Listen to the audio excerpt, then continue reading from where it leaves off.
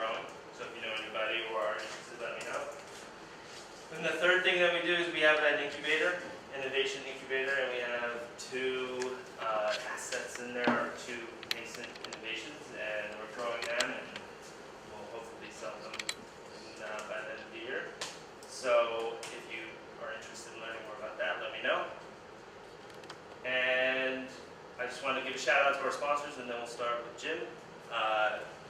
We're here in part because of Fox Rothschild. They're our legal counsel on everything we do. We've been doing a lot of kind of interesting things on the back end, so we want to give them a shout out. And the CCEDC, Chester County Economic Development Council. They've been around forever, and they help create innovation, jobs in the area. And we've gotten 2 grants through them, and it's really about supporting this particular thing, about highlighting local innovators through live streaming with Sean Dominski from Igniter TV, and with what Mike Budemoser is doing on the other camera, maybe 2 cameras sometimes, just saying out here in the suburbs, we've got a lot of innovation and things are going on. So thanks to them for that support.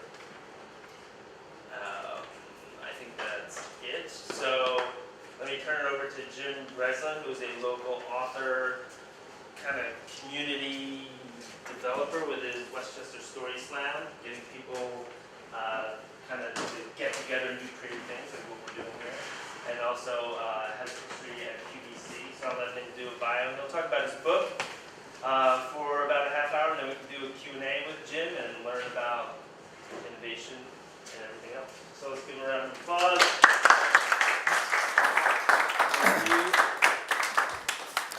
All righty. Thanks for having me, Chris. Appreciate it. This place is awesome. Came and watched something, the gyro bike the other, and just awesome that you guys do this. So, like Chris said, my name's Jim Breslin. I believe everybody has a story. So, go ahead, Ben. You can go to the first one. Let's see. I believe everybody has a story. I come from a family of 8. I'm the oldest of 8 Irish Catholic kids. You know, we're always telling stories. My grandparents owned bars. And I just believe everybody has stories. I've always wanted to be a writer. But my parents were smart enough to say, don't just take English. You should do something a little broader. So I went to school for broadcasting, ended up in news and at QVC. I was at QVC for 17 years, and I finally felt like the creative life calling me more. And so I left QVC and have been writing and just doing different things, creative pursuits for the past 5 or 6 years. One of the things I started was Meetup Press. Hey, Ben, next. Thanks. So I started Meetup Press, and we've published, you'll see 3 books there, a collection of short stories I wrote, Chester County Fiction, which was an anthology with 13 local writers. And then most recently, Exit Pursued by a Bear by Ginny Beards here, who's a poet, friend of Mike Gutman's too. She introduced me to Mike. Let's see, Chester County Fiction was a lot of fun because with 13 local writers, it got a lot of play. And it was great for, I think, just Chester County. And it's been a lot of fun. My latest book project, Ben, you can go to the next one, kind of harks back to my days at QVC. Shoplandia is a novel told through stories about a fictional shopping channel set in the suburbs of Pennsylvania. A humorous novel, because everybody I worked with at QVC said, somebody's got to write a book about this place someday. So I did it. That came out in May. And it's been off to a good start. Go ahead, Ben. A lot of people have been sending me photos of them reading Shoplandia while on vacation this summer. It's a lot of good. The reviews have been mostly positive, except Ben, except for one. This guy didn't like it. But so yes, he does. Yeah. So go ahead. You can go next. Let's see. So, but let me talk about Story Slam. So Story Slam, we talk about innovation. This really started with the tweet. I was a huge fan of This American Life and The Moth and storytelling podcasts. One day I finished listening to The Moth and I tweeted out, does anybody know of anything like this around here? And a couple of Westchester Twitter friends somebody replied, no, but you should start one and we'll come. And then somebody else said, yeah, I'd come too. So I put one together in my living room in November of 2009. We heard 13 stories. A couple people I had never met before. I just knew them through Twitter, and they showed up. Some other people I'm in Brandywine Valley Writers Group, so I invited some friends there. I combed through my Facebook list. So I knew some show hosts that I thought would be interested, a friend who's a stand-up comedian, and we heard 13 stories on the night in my living room. And we had so much fun that I went out and I combed the bars to find a good room that would work. And Pat Ryan at Ryan's Pub said, yeah, on Tuesday nights, yeah, sure, you can use that. We're not, the room's empty if I'm bringing people in. So January 2010 was when Westchester Story Slam started. So we're in our 5th season now. Go ahead, Ben. Early on, to promote it in 2010, I found a friend through Twitter, McGlinch, who did these crazy old punk rock style posters, and I would just put them around town. Started a Facebook, Twitter page, website, obviously. And then after Sean did these for a year, I met Larry Geiger, who I don't know if any of you guys know. He's a graphic designer in Kennett Square. And he actually reached out to me saying, hey, I just moved here looking to do graphic designs for cool projects. So Larry and I became friends, and he did them there, and he does my website design now. Let's see. So go ahead, Ben. So let me tell you about what is the Story Slam. The Story Slam is an event where anybody can show up and tell a story based on the theme of the night. So like next Tuesday, the theme is scars. So if you have a story about scars, it could be a physical scar, emotional scar, anything about scars, you can come, sign up, sign a release, and then get up on stage and tell a 5-minute story. And the story should be true. It should be about 5 minutes long. There should be no notes, no props, no music. We pick 3 judges from the audience, and they give each storyteller a score on 1 to 10 for content, 1 to 10 for presentation. And the stories we hear are incredible. We usually hear about 10 stories on a night.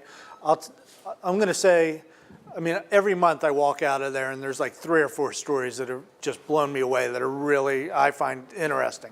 And not all the stories are funny. There are some that are hilarious, and there are some that, are just downright sad. I've been there where we're all sniffling. But it's amazing because it's a connection. And go ahead, Ben, you can go next. What has happened is people get up and tell a story, and you're sitting at the next table, and you feel compelled to go talk to that person afterwards because they told such an interesting story. So then there's this discussion at the intermission or afterwards.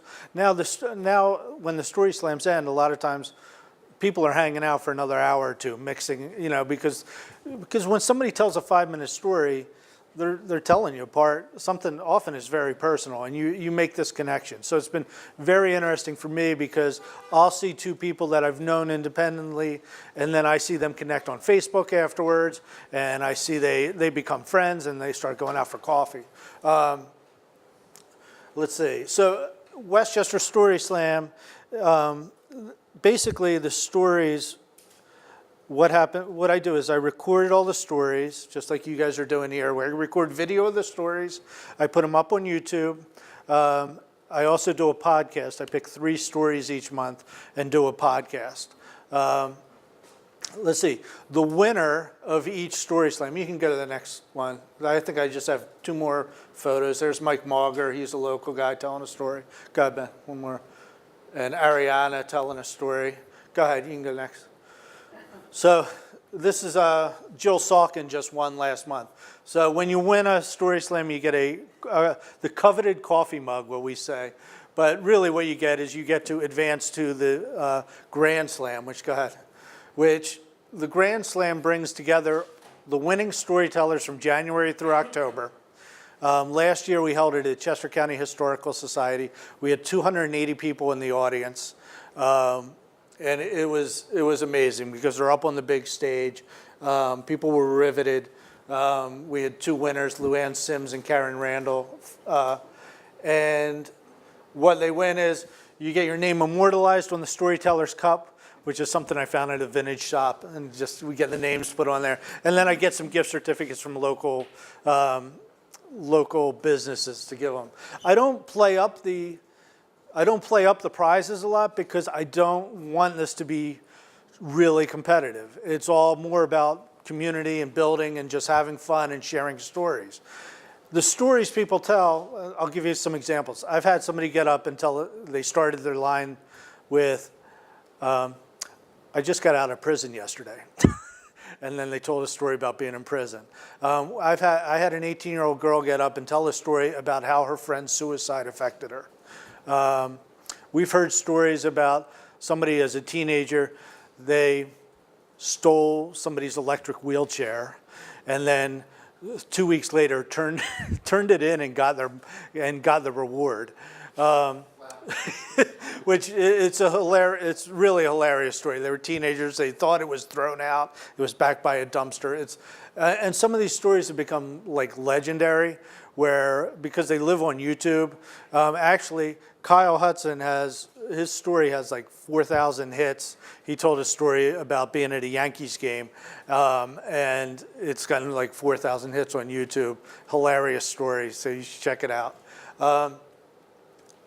Let's see. So that's what the Story Slam's in its 5th year. Go ahead, Ben. You can go next. And one thing I've wanted to do, if you listen to The Moth and those types of storytelling things, you know there's like story slams where you don't know what people are going to say up on stage. They just sign up when they get there. But then the Moth has Moth Story Slams. But then there's The Moth, which is curated stories, where stories are submitted ahead of time, and you work with the producer to fine-tune the story, and then you get up on stage and tell the story. So this month, actually, September 13, I'm doing Westchester Center Stage. And Westchester Center Stage, the first one is called Faith. I want to try to do this. This will just be once or twice a year, where it's a theme that may be a little more heavy, or where it would make sense to vet stuff out beforehand if you're going to get up and talk about faith. But we're going to hear true stories told by people who practice diverse faiths.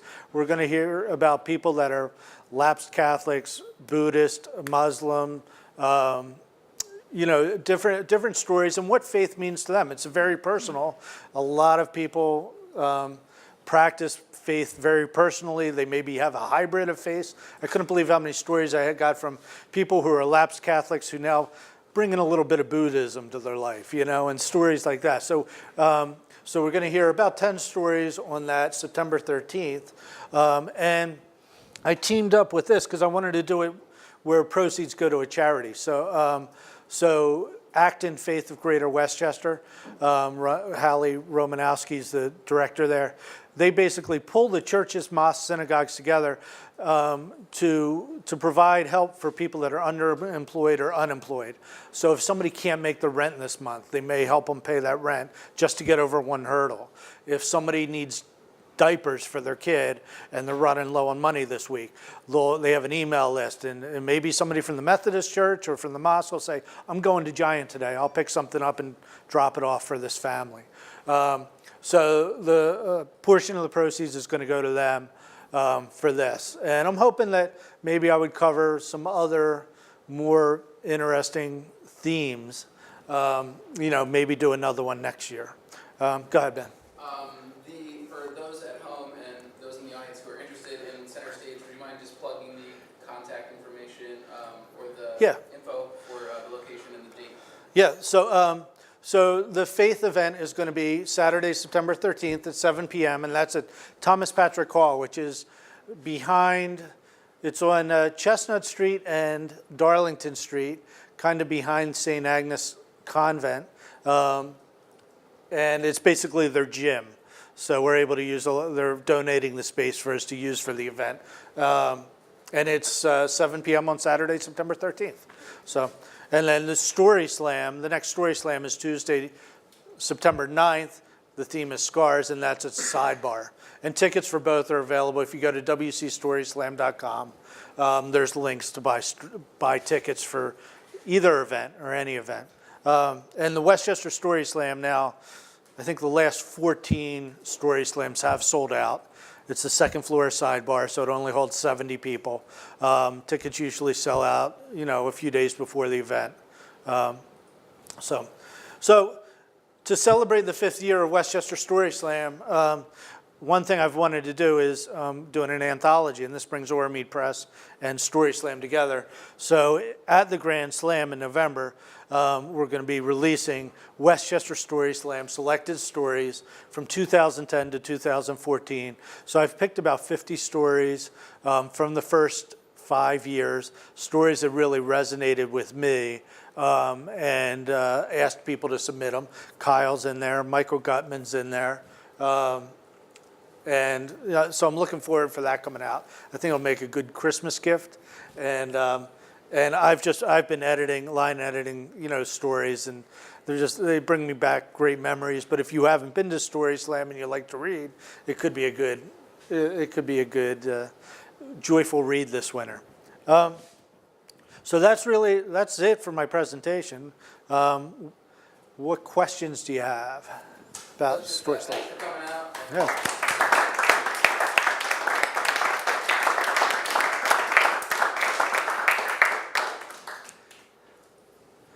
Any questions about storytelling, Story Slam, Ben? What were your apprehensions for kind of starting a new community of storytellers, or what got in your way at first? I don't think when I started it, I wasn't there. I kept thinking there's no downside. I definitely had thoughts that I could throw this out there and it may not work. I might end up just me and 3 people hanging out at Ryan's pub. But other than that, which I guess would have been failure, I was like, all right, I wasn't sure if Westchester would be able to support it. There's a lot of people I know that live right outside the borough, never even come into the borough, and I was just like, is this gonna get wheels? And the first one was standing room only. The first year or two, there were a couple where we only had 20, 25 people there. And then it kind of grew word of mouth. So, but, there wasn't it wasn't like I had to lay out a lot of money to get it started. I was basically the first year renting a PA system right from the music store next to Ryan's. So, and I was just passing a hat trying to cover that the first year. And, I was lucky in that I had the time to do the website stuff and all the video production and the podcast.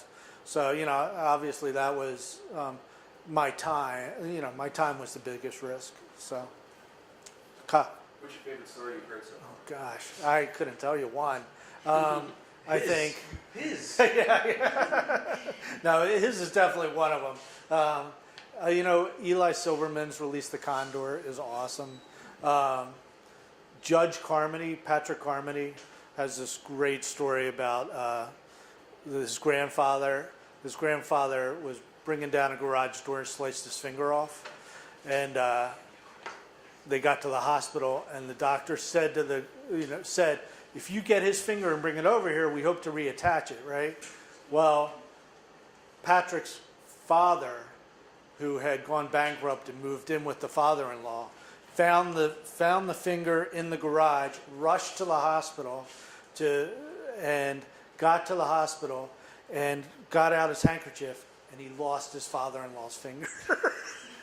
He lost his father-in-law's finger. And he was already an outcast because he had to move his family in with the father-in-law because he was a financial failure. And now he lost his father-in-law's finger. It's just amazing. And Patrick won a Grand Slam with that story. And I was just like, oh my God. I mean, and that's what happens at the Story Slam. We get people we get some people that come and they've practiced the story, they've written it down, rehearsed it. And Patrick had done that. But we get a lot of people, they come and have a beer or two, they watch the first couple stories and they go, and it jogs their memory that they have this classic story that they always tell at a bar. Like, you're smiling now. You're like, you're thinking of a family story. That would be great. And so we get these people that they're not planning on telling a story. And sometimes I have to be like, come on, we have room if you want to get up. And I coax them into it. And they get up there, and you can tell they've rehearsed the story 20 times in bars over the past 5 years, telling the story, and they know all the punchlines. They know when it's going to get a laugh, and they just kill it, and they end up winning the story slam. So that happens a lot. So there's so many great stories. These all nonfiction? It's nonfiction. It should be true as you remember it. Yeah. It's supposed to be first person. You know, I was there. So, Ginny. What about your experience as a producer at QVC? Yeah. Prepared you for doing what you do now? Yeah, that's Not the content, but right. how to do it. Yeah. As a producer at QVC, I mean, obviously we were telling the stories of products, you know, so I could have that. But I think what really kind of helped me was one of my final. One of the things I was working on in my final years was our live audience shows at QVC, and working with the live audience, trying to get the audience engaged and interested. And to me, that was very interesting. We went and visited David Letterman's producers and saw what they did. But and I think just the idea of doing live audience shows and then coming and doing live events was interesting. So I do think in retrospect, and I didn't really think about it till later after this was up and running, that really I just happened to have these TV skills, the live event skills, public presentation skills from doing QVC courses, as well as being I had been involved in the writer community, so that I could pull. I was kind of like ended up being at the hub, which it wasn't anything I thought of. It was just an interesting thing. So. Go ahead. Can you introduce yourself? Yeah, The so- rules for Q&A. So my name's Todd Kleinman. I was working here locally for 7 years. I'm somewhat new to the area. So I lived down here in Westchester. Now I've kind of forgot my comment. I really did. Well, like I tell my kids, it'll come back to you in a minute. I'll jump in and save you. Oh, the question. at my age, it may never come back. I apologize. I have a question. Did mine jump out of my head too? I have one that's queued up ready to go. Yeah, Go! What are some, or do you have any sort of ancillary habits that feed your creative lifestyle and get you in the zone? Like, are there things that you do, when I need to get in the zone, Yeah. these are some things that help me? Yeah. I'm very inspired by bands, by music, and Bob Mould. I'm inspired by reading a great short story, listening to music, watching movies, and reading about people like that and their work habits and what inspires them. So there's things like I've been following Bob Mould, the musician. I've been following them since Husker Du Zen Arcade. I saw them for the first time, and just the body of work he's put out over those years. It just inspires me when I think about, the breadth of that work, and that's my goal as a writer. Each book, obviously, I try to make it as good as possible, but I want to be able to look back on my first book, Elephant, and be like, how much have I improved, when I'm writing in 15, 20 years. So that kind of inspires me. I'm going to see David Lynch on the 11th speak down in Philly, and I'm so excited. Cool. So, huh? He's a director. He directed Blue Velvet, Twin Peaks, Elephant Man, Eraserhead. But Blue Velvet just scared the living hell out of me the first time I saw it. All right, he remembered it. Yes, I did. So I believe that storytelling is a great thing. Yeah. And in fact, when making business presentations, I often coach people that tell it in a story. Right? Yeah. Tell once upon a Right. time and how it ends and closes. And through history, storytelling has been a big deal. Right. At one time, people and families used to sit around the radio, right, and listen to radio shows. But I think as our culture evolves and technology evolves, it's becoming somewhat of a lost art. Any thoughts about how to revitalize or what that means to our culture that we're losing that ability to tell stories?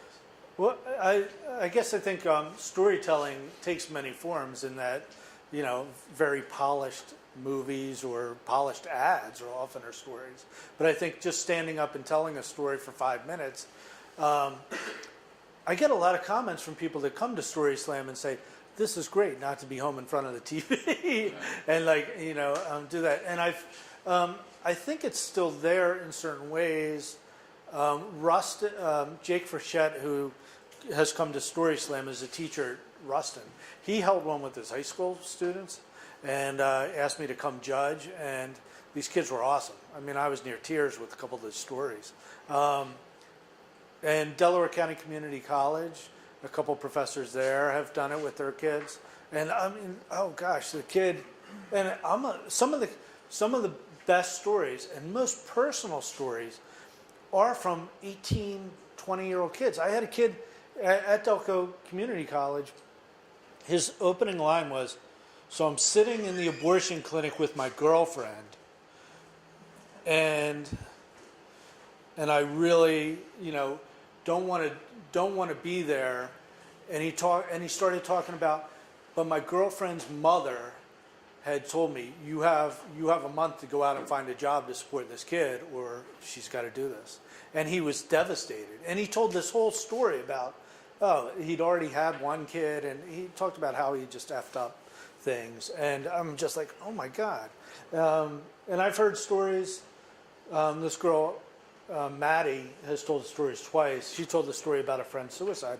And I'm like, when I was 18, there was no way I could get up and tell a story like that in front of 70 people. So I think kids today, I think there's something there that they do it, they get it, and they're not afraid to reveal. I don't know if it's social media and that sharing on a broader scale, reality TV, but I mean, I've heard some young people really tell some engaging personal stories. Very cool. Thank you. So, yeah. Introduce yourself. You're next. My name's Dan Lawson, just a local aspiring entrepreneur. Sounds like a great group. I'm a little confused as to where you host the Story Slam. You said it was Okay. at Ryan's, and you had mentioned Yeah, I'm sorry. Yeah, it started at Ryan's for 2 years. We moved to Victory Brewing for a year, but now we're at Sidebar. Okay. So it's on the second floor at Sidebar. And my advice is the event starts, it's the second Tuesday of the month. The schedule's on the website. The event starts at 8 o'clock. But you want to buy tickets beforehand. There's only so many seats, and then we sell some standing room only. And most people, the event starts at 8, but most people come at 7 and get dinner and have a beer or two. So, but yeah, you want to pick up tickets to reserve, especially if you want seats. And the house rules is that, sorry, Dana, is that you can't read. You have to. No notes. You have to be up there with, yeah, so you're telling it from memory. And is there a time limit? It's supposed to be, it's 5 minutes. I'm there with a bell that, you know, I mean, some stories go 6 or 7, but, you know, you really should try to keep it to 5 minutes, which is, I think, 600 to 800 words, depending on your pace. Yeah. I'm Dana Hoffer. I'm Hey, Dan. a partner in a local Yeah. high-tech startup. And at the risk of expunging creativity, do you have a business plan for this? No, in my head,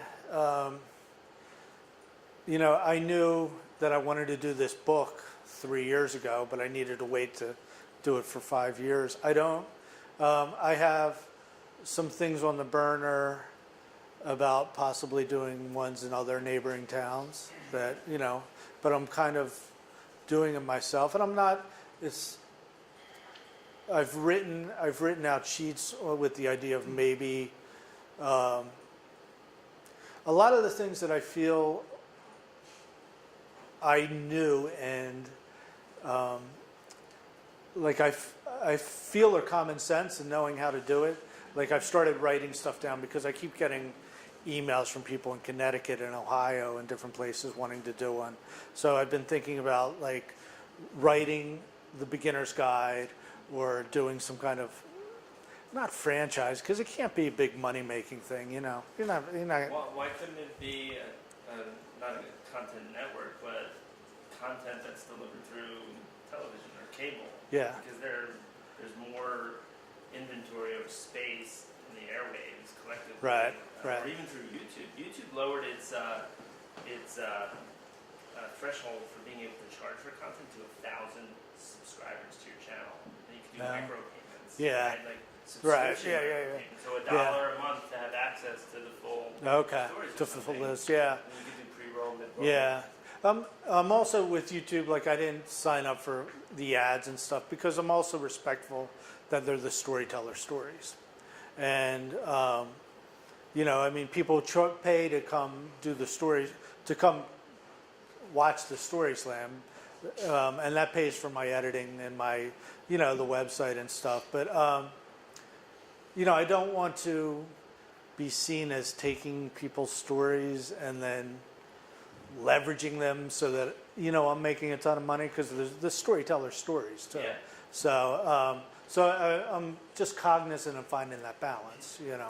Just following on what Chris Yeah. said, I could see where there are opportunities to turn Yeah. this into something that gets broader audience. Yeah. And then following what you just said, Right. you can turn around to sort of say, if you like this story, you want to pledge $1. Yeah. The storyteller's favorite organization. Oh, right. You know, and Yeah. this conduit that flows through, whether you go through the YouTube or cable television. Right. I mean, given what we've seen happen at QVC, Yeah. where there's an entirely new modality for getting, you know, a behavior out there like shopping Right. done differently, Yeah. it would seem natural to me that there would be, you know, you mentioned Victory Brewing. Yeah. It would seem to me that there are lots and lots of potential backers for Right. getting behind this. And what we've seen in things like America's Got Talent or any of the other come out and Do something, yeah. Yeah. Well, there's a couple of things. First, I did not invent Story Slam, so there's Story Slams all throughout the world. There's Adelaide, London, Chicago. So, you know, Story Slams are out there. I think that mainly because of my time, like I've seen a lot don't have the internet presence that Westchester Story Slam does, just because I'm out there tweeting it and Facebooking and all that stuff. And the website, I think, does get a lot of hits when you Google Story Slam. I agree with you about Victory. They didn't seem to get it when I talked to them. And, but I didn't deal with Bill and Ron. I was dealing down with the crew at the brew pub. I think the podcast is one thing that I've been working on lately to get more people, and I've had a sponsor. And I have looked into doing it live streaming. And you had asked me about, like, in November, you know, you would approach me. But there is a website that where people are doing live concerts from their homes, like they may be, I'm trying to think, country musicians, and they do and you basically, if you like them, you donate a couple bucks. And there's a couple versions. I paid to watch a live Story Slam, Mass Mouth Story Slam. And I think I paid $5 to watch it live stream. So that is something that I've thought about. And, you know, but I'm just growing it slowly and at my own pace too. So, yeah. I have a question. A friend of mine teaches at Westchester University. He's a creative writer, and he just published a novel. And he came to me for a website and helped him out. And I tried to push him real hard into doing YouTube, doing bits and pieces, not, you know, reading his entire work in front of a camera or anything, but I feel like you need to be multimedia. Can you get away with just writing a book anymore? Because he kind of went kicking and screaming. He wants to conceptually, but he can't get there. Because he said, for me, a writer is being a writer in some ways. Yeah.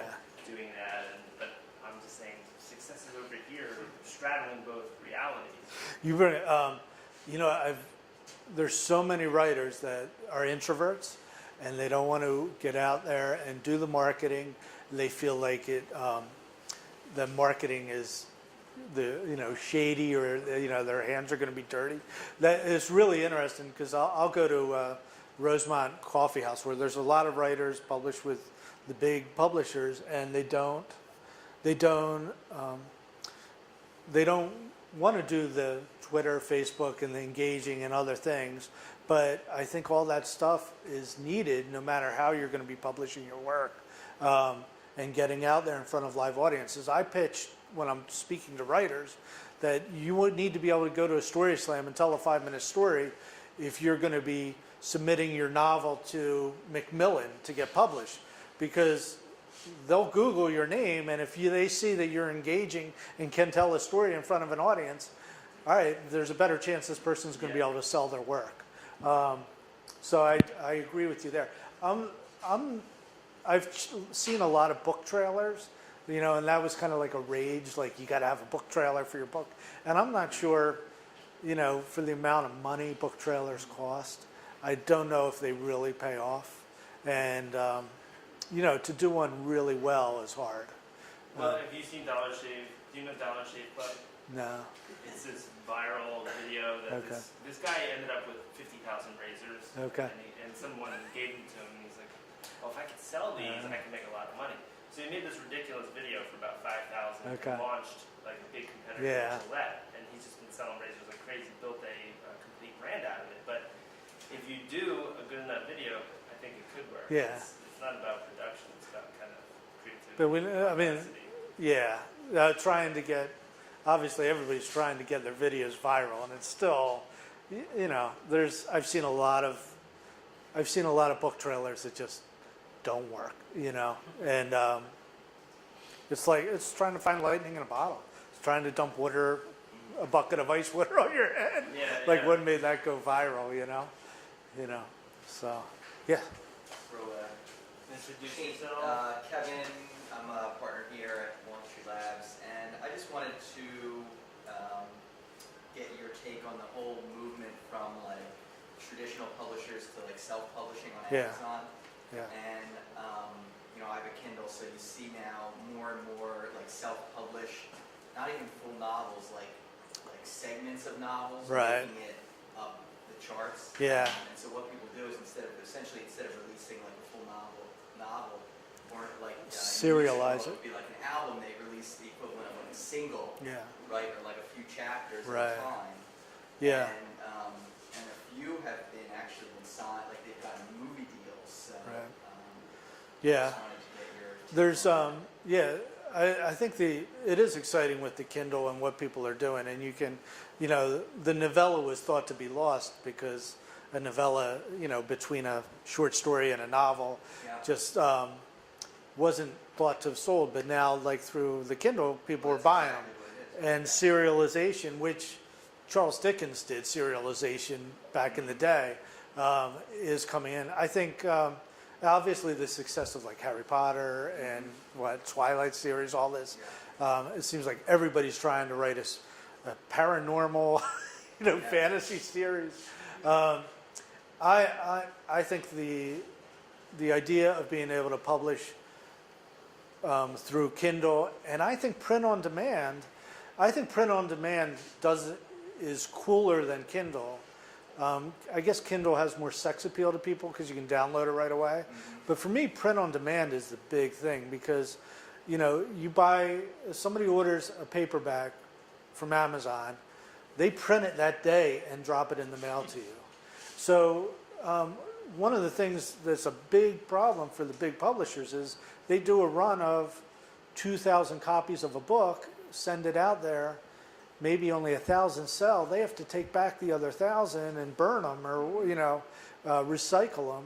And that cost and that distribution model is by the wayside. And I think, I mentioned Bob Mould, I grew up like listening to Black Flag, all the punk bands, and the Ramones are my favorite all-time band. And that DIY attitude of that era. And now the writers have all the tools. I mean, and obviously bands today.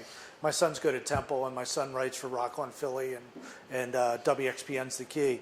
You know, bands get a following, and they go play at Golden Tea House in West Philly, which is basically somebody's house, but they can get a couple hundred kids to show up, even though they're from Boston, just through they publish their own music, they get a Facebook following, and you don't need to be with a big label. Right, well, to me, it seems like the power, the writers now have more power Yeah. than they've ever had. Yeah. Because you don't need a big publishing house. And in fact, the publishers are getting tied up in these huge, like, legal and Yeah. pricing disputes with Right. Amazon. Yeah, Amazon's wielding. And so it's almost like, just let them do Yeah. that, and I'm just gonna kind of Yeah. publish my own books. My theory, and I've had this for a while, is that the way the book industry is changing is it's kind of like independent films, really, in that people will write the stories they want to tell. They're going to write the stories they want to write, and they can put them out themselves or through their a small press they've created, and if something hits, if it catches, then it can get a big distribution deal with if it's considered broad enough. The publishing industry is very similar to QVC in that QVC brings in 50 grand of a product, and if it works, then they'll order 100 grand.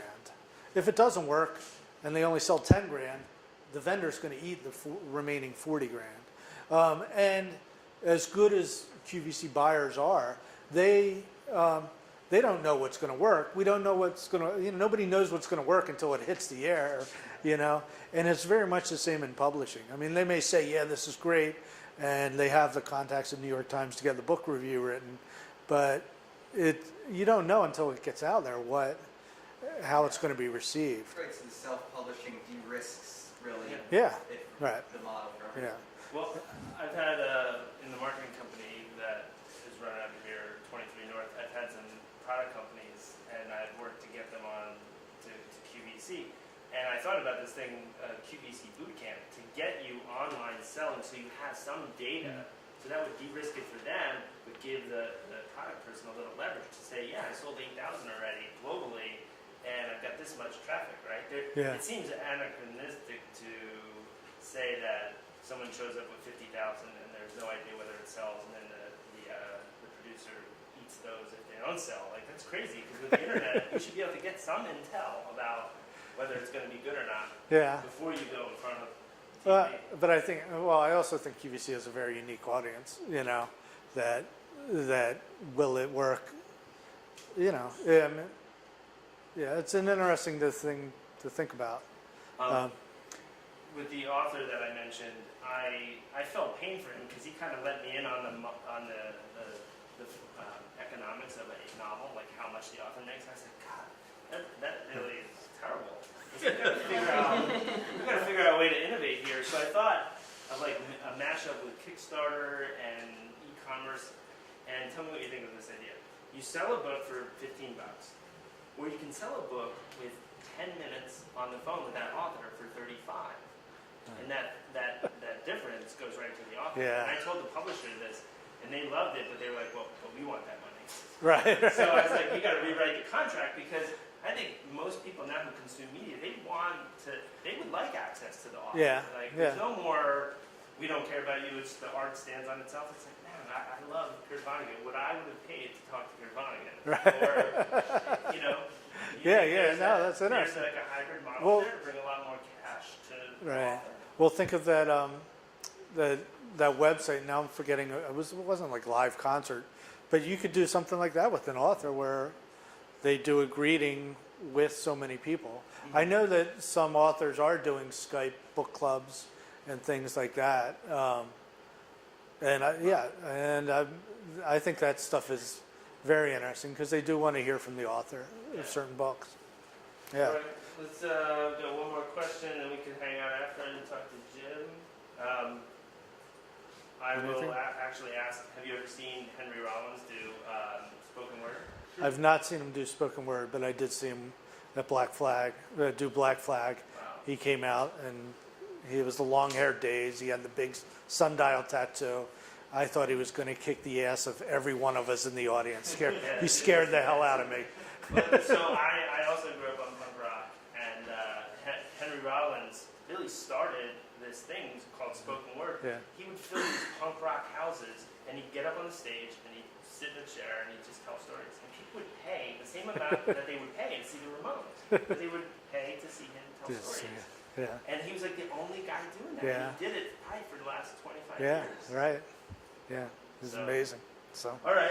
All right. Thanks a lot. Good for thank you. that. Thanks, everybody.